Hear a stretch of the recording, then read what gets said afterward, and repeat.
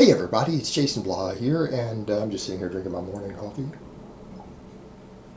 Getting ready to get my day started, get some breakfast, get some squats going.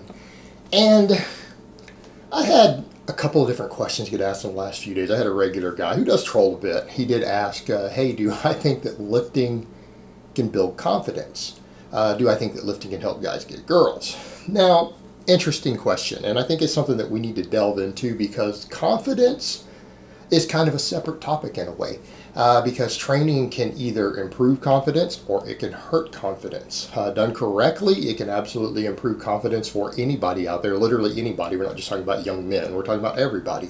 Yeah, training can build confidence, but it can also fail to build confidence depending upon how you approach it. And when guys start talking about lifting for girls, this is basically the new slang term for this is called Gymcels. For those unfamiliar, there's a term on the internet now called incels. And incels are people who, well, it stands for involuntary celibacy.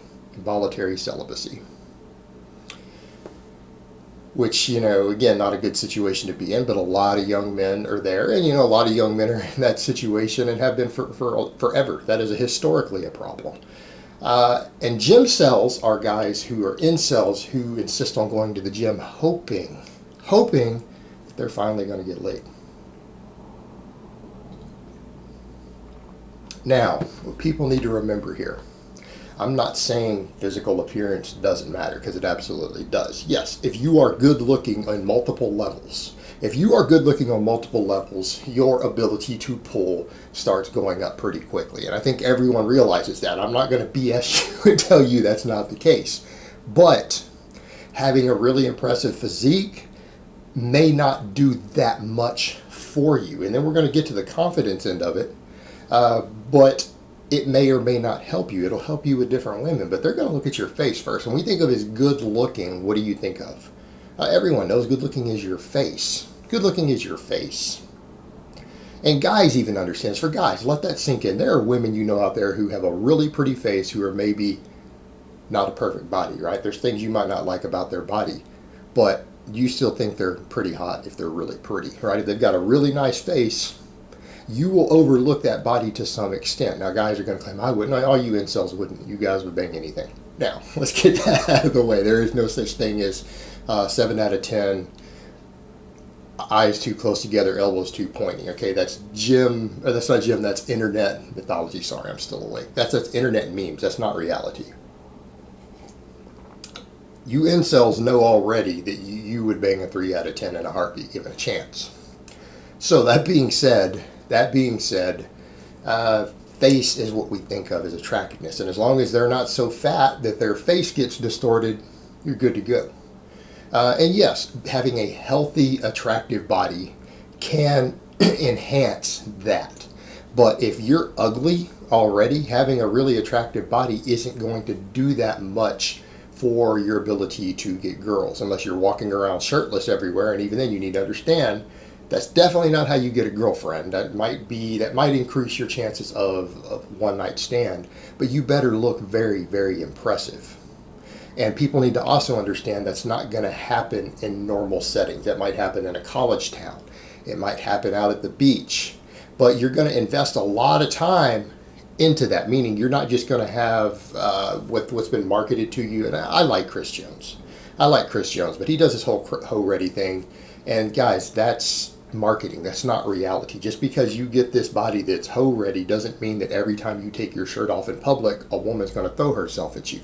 And just because a woman might throw herself at you a little bit, just showing off in front of her friends or do that, and particularly you're going to see older women are going to be the ones who are going to do that, not necessarily younger girls. There's going to be older women who are confident, these cougars. It doesn't necessarily mean they're going to go home with you. But that's kind of the problem, is that we have a whole industry that has marketed this. You guys understand this is the oldest con in the book. Because anyone who markets knows that sex sells. They know that young men want to get laid really, really bad. And they know that we as men will invest enormous amounts of time and resources into getting laid. Almost everything that straight men do, we do in some extent to get women. Okay, that's a big part of it. Or even if we're with a woman, already to satisfy that woman so that we will get sex more often. All right, we are very, very much driven in that direction as men. It's just part of who we are intrinsically. We'll invest a lot of resources into that. And they know, the fitness industry and the supplement industry has known this forever, that young men who aren't getting laid will purchase just about any product that you put out that they hope gives them a 1% chance they will get some. They will. And so that was the oldest things, even in the old comics. There's these little black and white comics that used to exist 60 years ago, you know, to sell weight gainers. To sell weight gainers help you bulk up, because they didn't always have the same foods that we have, the processed foods, so people weren't as fat. So getting calorically dense food when you have mostly whole foods was a bit harder to do historically. So they would have these weight gainers. And it would be this whole comic of the bully kicking the sand in the eyes of the skinny guy, him taking the weight gainer, going to the gym, lifting weights, working out, and getting really big, and coming back and beating up the bully and taking the girl. All right, guys, that's like a 60, 70-year-old marketing comic. And it worked. It worked. Guys bought all these weight gainers and barbell sets for their house because of this. These companies made a lot of money. Well, that's what they're still marketing today, that if you buy all these supplements and buy our workout programs, that you're going to be hoe ready. The girls are just going to line up in a club when you walk in and take your shirt off. Girls are just going to line up to suck you off, right? That's the image they're putting out. Guys, that's marketing. That's not reality. Now, here's the reality of it. Here's the reality of it. If you are inconfident already, if you're unconfident and you train specifically for your looks, all right, the fact that you would train specifically for your looks is your primary goal, instead of saying, hey, I want to be healthy, I want to be athletic, I want to be fit. If you're going and saying, I just want to get girls, and I think if I have a better body, I'm going to get girls, and then they start training, and then they realize all of a sudden the sort of physiques you guys are thinking of is a several-year process, right? These guys are like, well, I'm just going to rip down and get really lean, and then you realize you have no size, and you realize, oh, I'm going to have to gain muscle for the next 3 to 5 years to have any size. I'm probably going to have to do some bulking in there, some cutting. You're looking at a very, very long-term investment, especially if you're not going to use any drugs. You're looking at a long-term investment to get the sort of physique that you guys are thinking of that you're going to lift to get girls. It's not going to be a simple process that you're just going to gradually shift that way and stay at 10% body fat. It's probably not going to work. You're not going to gain much muscle doing that. And so you're never going to end up with that physique that you think you want. And because you're so focused upon a short-term goal that's a long-term investment, and it's all appearance-based when you're already insecure, you're going to tend to not be secure anymore. This is something I've seen guys talk about who do lift. I saw a guy do a thing on that years ago in a psychology class, and the guy was pretty buff. I mean, he looked almost like what you would think of as a bodybuilder. I mean, remember, guys, I'm talking about bodybuilders as competitive bodybuilders. I don't believe there's such thing as a non-competitive bodybuilder or a non-competitive power lifter. Those are competitive endeavors. But the guy was reasonably jacked, reasonably lean by most standards. And he would say he got upset because they tried to say that body image disorders in this lecture don't exist for men because they can just go to the gym and get buff. But then he's like, but all these guys I know, they go to the gym and they just work out and get the bigger chest and biceps, and they're still just as insecure as when they started. And he admitted he has his own insecurities still. And I've known guys who are trying to get their pro card in bodybuilding who are insecure about their physique. I knew a guy even here in Houston was blasting enormous amounts of tren. Like, the guy had an enormous drug bill. Guy was walking around at like 10% body fat at 300 pounds. And he was insecure about his physique because he wasn't contest ready. He was embarrassed to take his shirt off. Now, that guy has since dropped way down. He's lost over 50 pounds of muscle in the last couple of years since I've seen him last. And he's healthier now because he was already getting health problems due to all his drug abuse, but he was insecure. All right, he was insecure that he didn't look good. All right, guy was spending well over $1,000 a month on drugs. So you see these situations, and yeah, male eating disorders and body image disorders are going up, and the training, when they're focused on that, isn't improving it. And here's the other thing, guys. At the end of the day, if you have an unattractive face and you don't have an outgoing personality, there is no amount of training or drugs or anything else that's going to particularly help you get girls all the time. It's just not going to happen. If you can't develop a personality and learn to be funny, your only other option is to make a lot of money. Because there's really only 3 things that's going to attract girls for you guys for the most part. You're either going to need to be, if you just want to pull girls and you're out in a public setting, you're either going to need to have a really good looking face. You're going to need to be really funny and witty, because humor works.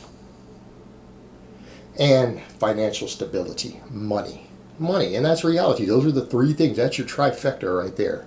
I mean, if you have all three of those things, you are guaranteed. That's how you get girls, not by having a jacked body.